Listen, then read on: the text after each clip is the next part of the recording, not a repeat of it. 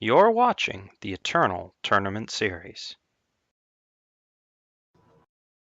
Hello and welcome to week 3 of the Eternal Tournament series for this new season here in 2018. I am Sir Rhino, and joining me in the booth to help with coverage today is LocoPojo. How you doing, LocoPojo? Oh, I'm doing good, and I'm pretty excited about this upcoming match. We got a pretty cool deck to be talking about with Batteriez on an FTJ Moment of Creation deck versus BrusedByGod on Huru Flyers. I'm pretty excited.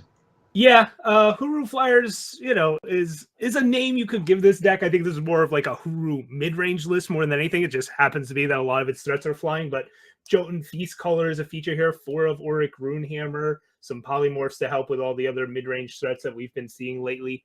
Looks like it can be a really exciting matchup. And then, of course, on the other side, as you said, FTJ Moment. Lots of spells, but some good mid-range threats too. Surso, Sandstorm Titan, and the big feature here is Curiox Insatiable Seeker.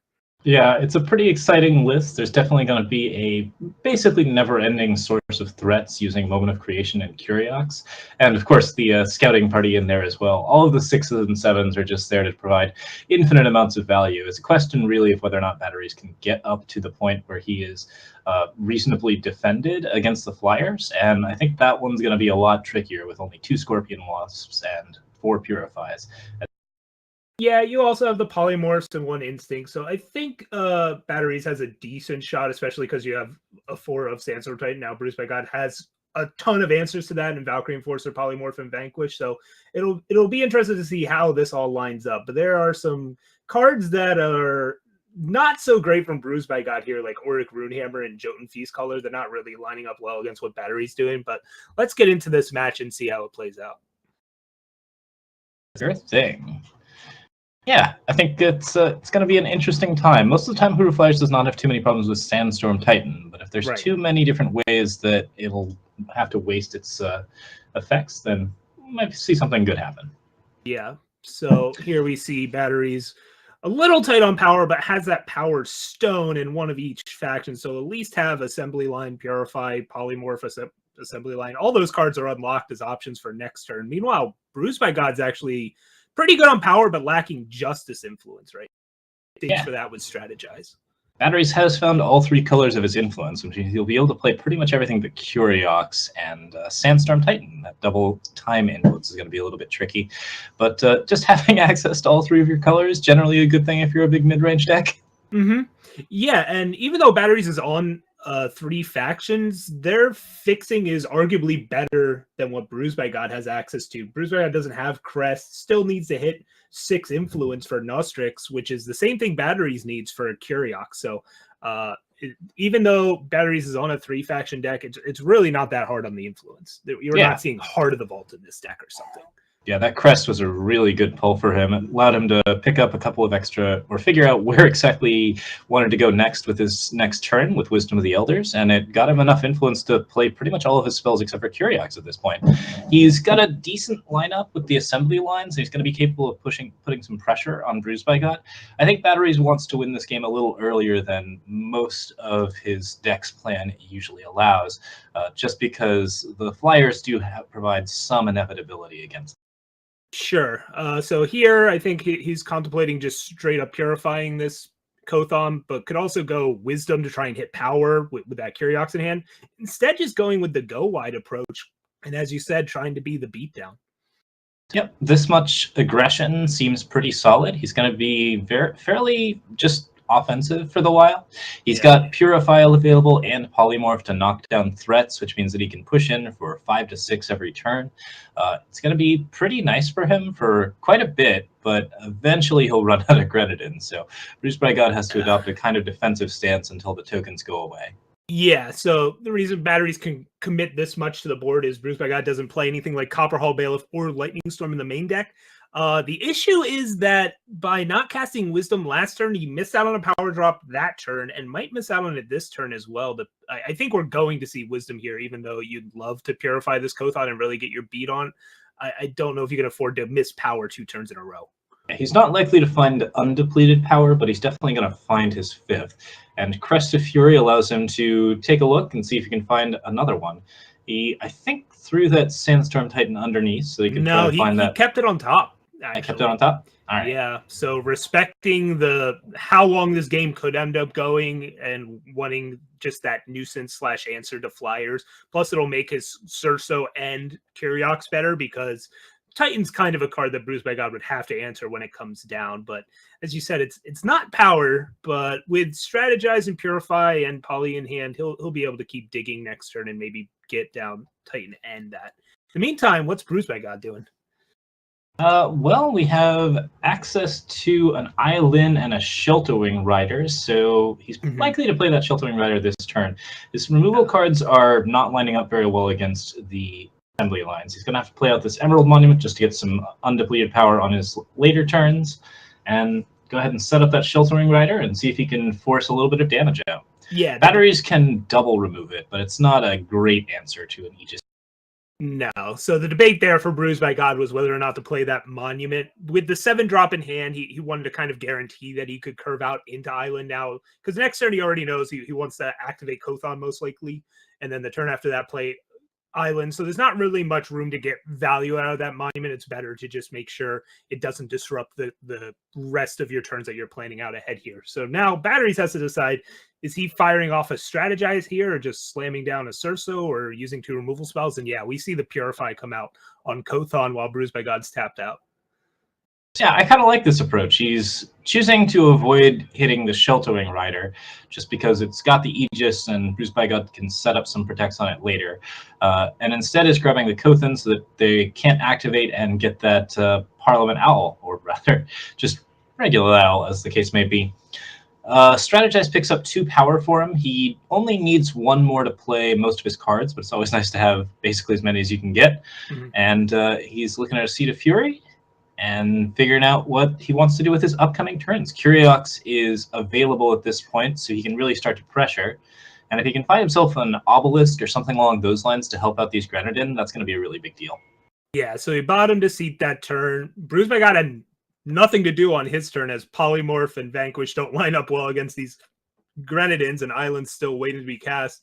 And now Batteries will play out the Cerso here rather than going something like Titan and Polymorph. Cerso, not that important of a card in this matchup, so he's hoping that absorbs some removal so that his units that can withstand flyers or become a nuisance for BrusedByGod dodge. So we see the Vanquish come out on Cerso and another Kothon come down. Both players sitting on identical removal, 1 Vanquish, 1 Polymorph. Both Vanquishes gone, now there's just Polymorphs. The Cersos are certainly going to help him out for getting rid of his opponent's more scary removal threats, but he is going to have to play something down to actually stop the flyers at this point. Curiox will certainly allow him to defend in the air, and Sandstorm Titan brings everything down to the ground. So it's a matter of which he thinks is going to do the best for him. Yeah, well, Polymorph comes down on the Kothon to prevent it from ulting, plus it lets you use your power efficiently because you can pair it with Sandstorm Titan. But now BrusedByGod can use Island to silence Sandstorm Titan. You'll still have a 6/7 flying endurance here that'll threaten to kill Sandstorm Titan next turn. Yeah, we've got Island versus Curiox here, which is a pretty solid deal. And with BrusedByGod still sitting on the Polymorph, he's going to be able to knock Curiox out of the air. That puts Batteries dead next turn. I don't think that there's a lot of good answers that he can run here. Curiox is just not going to be quite enough. It's a good defensive option, but he just didn't put enough pressure on to actually get BrusedByGod out of the game. Yeah, and I think this kind of goes back to that turn where he opted to play an assembly line rather than Wisdom and try and get these bigger, better threats out of his hand sooner, because you only have 2 obelisks. He didn't find those, and now Island gets activated, becomes an 8/9 flyer. Curiox has to block Island or Batteries dies, and this is not a spot that he can really come back from. That's probably the game. You know, I've never seen a legendary Curiox down on the board. Quite pleased with that cool infiltrate effect that it's got going on. Yeah. Yeah, just wait if we ever get to see Curiox hit. It is a fireworks display. It is one of the coolest effects in the game. But BrusedByGod will take that first game, and now we'll move to sideboard. So Batteries has some work to do here. What do you think's going to come in to try and help him out against BrusedByGod? Well, he's taking out the permafrosts and looking for some protects at the moment. So if he can find a couple more answers to the big sort of like scary removal spells that knock his flyers out, I think he's in fairly good shape. The matchup here doesn't terribly favor Batteries, just because Batteries' flyer answers are all basically really heavy units, and that just doesn't work out very well against small removal when you're playing against a more aggressive flyers deck. He'll play a Sandstorm Titan, it'll get vanquished, the flyers come in. He'll play a Curiox, that'll get polymorphed, the flyers come in. And there's only so much health damage that you can take. So if he can just protect his own flyers for long enough, he doesn't have to worry too much about like actually removing threats. Yeah, Batteries has some Islands intervention, which can damage flyers. The problem is the only flyer it's really killing is Valkyrie Enforcer or Kothon once it's activated, right? Yeah, it can knock the Aegis deck off. name is Huru Flyers, but it's really just Huru big mid-range stuff with Feast Caller. It just so happens that these big mid-range things have the word flying on them. They're not tiny dorky flyers that are getting weapons put on them. I think out of Batteries, weak cards that I would like to see come out. Moment of Creation, yes, it's named the thing your deck is named after, but a 7 cost make some big guys on the ground isn't really useful in this matchup. Maybe something like Predatory Carnosaur could come in instead, or you can max out your Xenon Obelisks and actually try and leverage the assembly line scouting party beatdown plan. Yeah, the beatdown plan seems like the best option for Batteries. If you can really rush underneath these flyers, that's probably the best way to deal with them. There's not really a lot of defense on the Huru side. You've got the Kothans at 2, and that's pretty much it. So if you can really push those obelisks and those assembly lines, then that's a very, very solid route for Batteries to take. And I do agree that Moment of Creation, while a really, really great like sort of anti-mid-range card, is more awesome just for being able to generate 2 units on the ground, and units on the ground don't help Batteries at this point. Yeah, the other interesting kind of tension going on here is because Batteries has this sort of go wide angle with assembly line and scouting party. BrusedByGod does have to think about whether or not he wants to take the risk of playing any lightning storms, because we saw that last game. The polymorphs and vanquishes were kind of awkward when the assembly lines were doing their thing. But ultimately, because an obelisk never showed up, it wasn't an issue. If an obelisk had showed up, I think BrusedByGod would have gotten ran over, and he might be thinking about that here, even though Lightning Storm is really situational. I think he'd prefer something like Copperhall Bailiff in this matchup, but he doesn't have access to that. We're seeing 4 Lightning Storms come in at the moment and 2 Rain of Frogs. Sideboard could always change, but we'll see if that ends up being what he opts for. Yeah, so BrusedByGod is predicting that Batteries will try and go with the go wide beatdown plan that we were speculating on as well. Because again, Lightning Storm, not exactly a good answer to things like Cerso, Curiox, or Sandstorm Titan. But when you already have plenty of good answers to those things in your deck, you can afford to try and shore up the rest of the weaknesses. And it also will make your Jotun Feast Caller a lot stronger against all these tokens and go wide little bodies. Yep. I'd say this is a pretty defensive strategy. He's got a lot more like single target removal. He's trying to basically wear down the deck that Batteries is running using the polymorphs, the Rain of Frogs. He's got tons of single target answers and a few less of the flyers that sort of make this deck work. But he's also running 2 unseals. So yeah, we're seeing a pretty sort of control heavy strategy here, trying to keep that deck under control. I hope this works out for him. It's going to be difficult to knock down this deck's like just general value, but if he can survive the beatdown, then should be good to go on that front. The unseals are coming back out for protects. So. Yeah, I think that makes some sense. There's unseal can counter assembly line and scouting party, which is why it can be a little bit nicer than protect. You know, you're really just protecting against purify, torch, polymorph. But that extra cost is real. So that is the debate. Do you go with the versatility of unseal or the cheapness of protect? And the answer looks like it might be go for both, as we see double protect and double unseal make the cut. This is a long sideboarding experience, but I guess neither player was quite expecting this matchup either. So there's a lot of debate because both players are throwing such a wide variety of threats at each other. It's hard to figure out the exact combination of answers to these threats. Yeah, these two decks are kind of similar to each other. They actually both run like very high-end mid-range threats that are just of a really unusual and unique variety. Island's such an amazing 7-drop for just knocking down like a bunch of different things at the same time. That ultimate is absolutely something you have to deal with. I'm of the opinion that she's just an incredibly strong drop at 7. Oh yeah, we've seen the power of cards that have 7 health and endurance on them. So no shock or surprise that Island is as strong as she is, even though she maybe comes down a little bit later than some of the other premier threats of this game. But I've been impressed with her. I've been trying to play with her more. I just, whenever I start to build a Huru mid-range list, I get more obsessed with Feast Color than Island, and I end up like cutting her. But Yeah. I'm happy to see BrusedByGod on it this time. We've seen him play a lot of Huru in these past couple of weeks.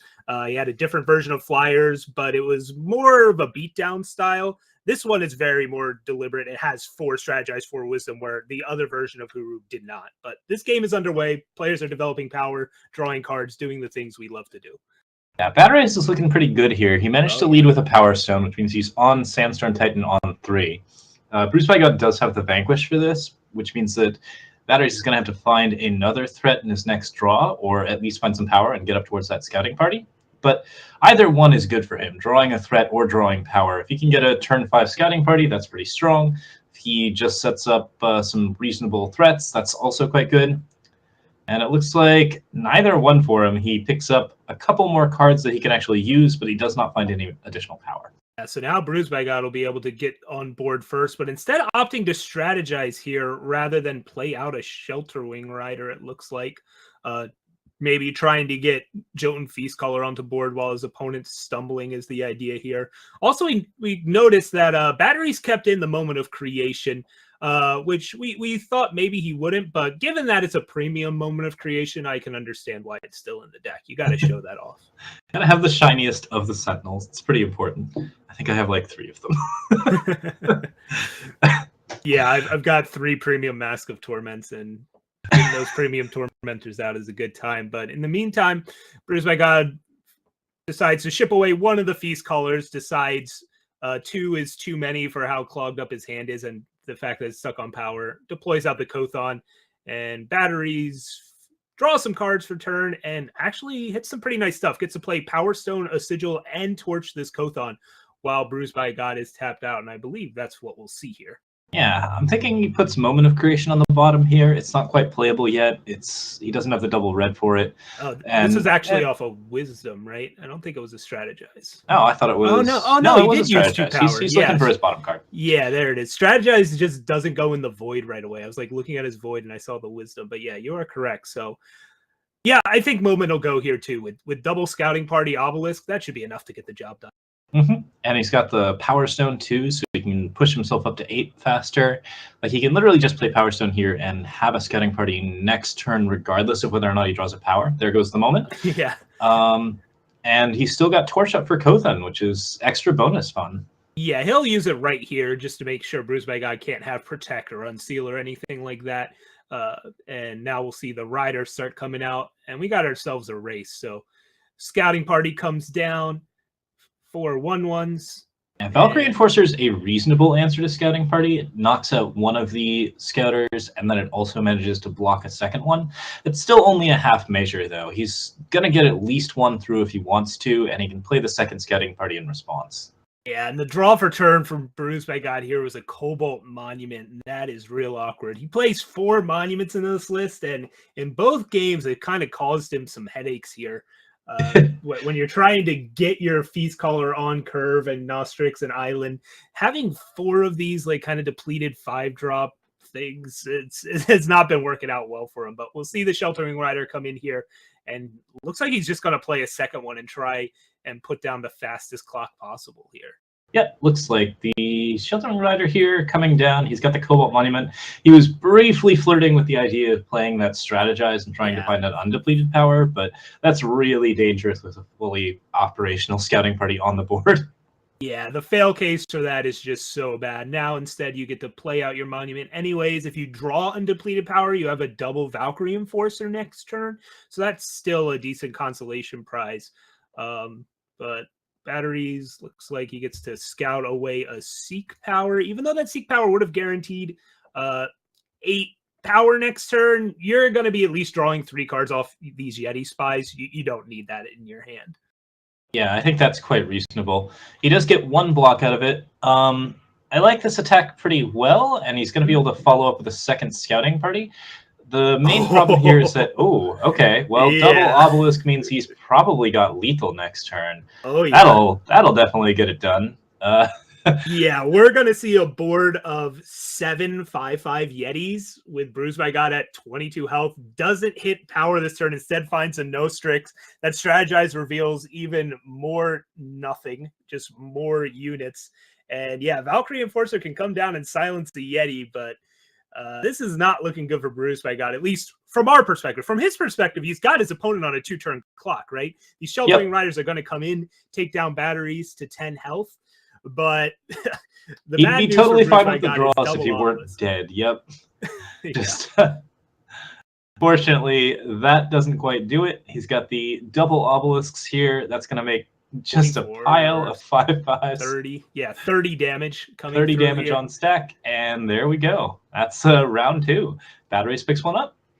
Yeah, so that's the sideboard plan we were talking about, right? Go wide, go obelisk. That's what Huru can struggle against. They only have potentially Lightning Storm if they brought it in, and we see that do some work. Moment of Creation, was in post-board. We saw get bottomed away for the real stars of the show, the scouting party. Yeah, I'm curious if go wide was what ended up happening there. We never saw the assembly lines come in, so it's possible that they got sided out or something else happened. But definitely it was the correct play, and even though Lightning Storm would have been absolutely devastating there just wasn't a pickup for it, so he was able to really just run underneath. Mm-hmm. So here we go. Batteriez evens it up, and now we get to go to a game 3. Looks like the players will be making a few more changes here and there. BrusedByGod debating on shaving down these polymorphs because knowing that your opponent probably brought in those extra obelisks, you at least saw 2 of them last game, and they normally only have 2 main deck, makes polymorph a little bit less appealing. So maybe we'll see that get shaved down.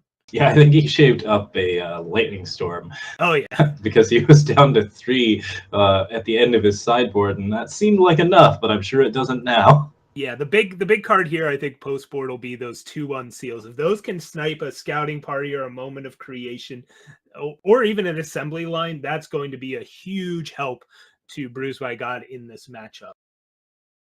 We'll see how those end up lining up, because his deck is filled with a number of expensive threats. It's not trivial for BrusedByGod to hold up that counterspell in this matchup.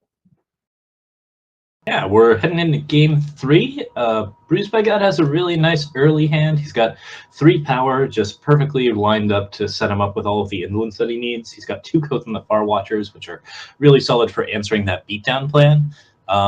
Yeah, overall, just looks really, really strong for him in the early game.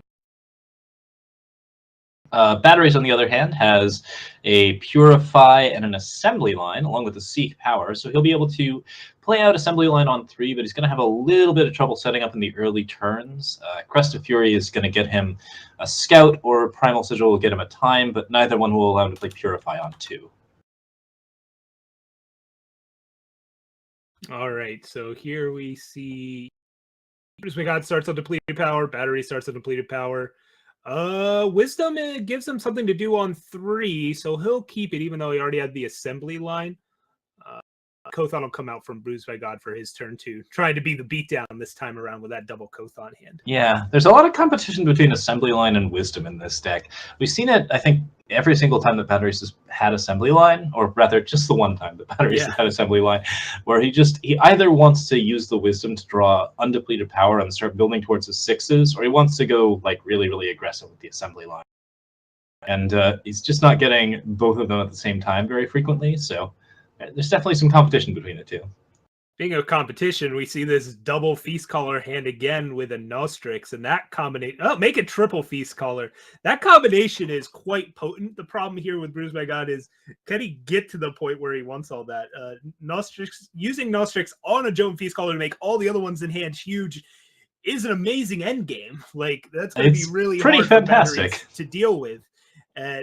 It looks like that's what he's thinking of as he's hovering over this Kothon to get rid of. Yep, Yeah, there goes yep. Kothon. BrusedByGod currently does not have a play for next turn. I'm not sure I love this plan. Like, Jotun Feast Color is just so good every time it attacks that even delaying one attack with Mentor is just kind of a rough sell. God. But, oh, okay, yeah, Huge playing draw. the Justice Sigil there gets him up to the Jotun Feast Color. If he can actually get Nostrix on that turn, that should be really quite fantastic. But Batteriez is getting closer to actually being able to play some other cards. He finds Crest of Impulse here. His power's a little bit weak, but if he can actually keep pressing and getting more power, then he can get that Predatory Carnosaur out, and that's going to be really crucial for getting rid of the Feast Colors. The Moment of Creation non-premium is still in the deck. Batteriez really committed to that strat as we see Curiox go down to the bottom of the library. And now Batteriez has to decide, looks like going to go with Strategize and just torch this Kothon now rather than try and go with the assembly line beatdown. Considering you have no Obelisk in hand, I think that's a fine line of 4 open power from BrusedByGod. Yeah, he actually needs both the Torch and the Purify to kill the Jotun Feast Color next turn. So if he doesn't hold on to it, then that'll be something to be a bit of a problem. But he has a Scorpion Wasp access now. The main problem here is that Batteriez just hasn't picked up Power 5, and that's going to make him want to keep cards like Wisdom of the Elders to get into that power. But it means that he's spending too much time with his setup. He's just not getting enough stuff to actually deal with BrusedByGod. Yeah, we see assembly line go, and BrusedByGod ripped 2 undepleted power off the top. Crucially, justice sources as well. So that means he'll be able to curve out into this Nostrix. Batteriez using Torch on BrusedByGod's turn instead because BrusedByGod had 4 power open last turn. Might as well make him use it on his own turn. And here comes the Feast Color. As you said, Scorpion Wasp's a clean answer to it. But so Batteriez will leave up Scorpion Wasp, but we're going to see Nostrix come down here and buff up this Feast Color and all the Feast Colors in BrusedByGod's hand. And this is pretty crazy. Batteriez doesn't get punished too hard for holding up Scorpion Wasp because he had a Wisdom, but that means he didn't get to play any of this depleted power out of hand, as that was his draw off Wisdom. Yeah, and he's still got to hold up Scorpion Wasp this turn. He cannot let a 9/8 Feast Color come in for his face. So it's going to be rough. Predatory Carnosaur doesn't deal with anything on the board at this point. And with that attack, the Jotun Feast Color does get killed, but it trades up for a card. So not very good. Yeah, this is not looking good for Batteriez, and it is looking real good for BrusedByGod. Multiple 9/8 Jotun Feast Colors with no possible answer from Batteriez for these units. You can just start chump blocking them with Scouting Party, but not this turn because your power's depleted. So yeah, he's looking at 14 damage this turn. I think he's quite dead on board. Scouting Party doesn't save him next turn. Purify would knock the flyer out of the air, so he can Scouting Party to defend. But at that point, BrusedByGod is drawing most of his deck. Yeah, so I don't hate purifying Nostrix there or purifying Feast Color just because you're going to be doing stuff for the rest of the game, but I don't think it matters either way. Yeah, I think I would have liked to see him purify Nostrix just to set up the possibility of surviving for another turn, but at this point he just doesn't have answers. There's not going to be much that's going to help him out here. We see the Scouting Parties, we see the Predatory Carnosaur, like these are all not good answers, and really what in Batteriez deck helps him at this point? He's got Unseal to counter, but that's BrusedByGod somehow convinced that he could draw something better than a 9/8 Feast Color with Wisdom of the Elders, so he cast that this turn. But it doesn't matter. Sheltering Rider comes down, Batteriez sees another Unseal, scoops it up, and BrusedByGod takes the match. Yeah, well, I was saying that the Feast Color draw would be better than Nostrix's Exhaust, but in this case, no, absolutely just denies Batteriez of every possible answer. So definitely worth the Mentor there, and just really quite brutal against that deck. Yeah, Nostrix gave +15/+15 worth of stats to other units and was also a 5/7 flyer on its own. That's a lot of value for a 6-drop, especially when it's enabling your 5-drops to draw basically infinite cards for the rest of the game. So I'm a big fan of value when you're not under pressure, and they were certainly not under any pressure in that situation. Yep, pretty brutal stuff. And so Batteriez goes down 2-1, a valiant effort, but unfortunately the deck was just not very well matched against Flyers. There's not a lot of things that he could have done to knock down that many big mid-range units. So as it stands, Batteriez goes down. Yeah, again, we can call it Flyers, but that game was won by the Ground Pounders. So either way, hats off to BrusedByGod and Batteriez. That's actually looks like we have one match left outstanding this round. So no backups here. We're going to take a quick little break, and then we'll be back with more coverage for round 2 of this Eternal Tournament Series. See you later, folks.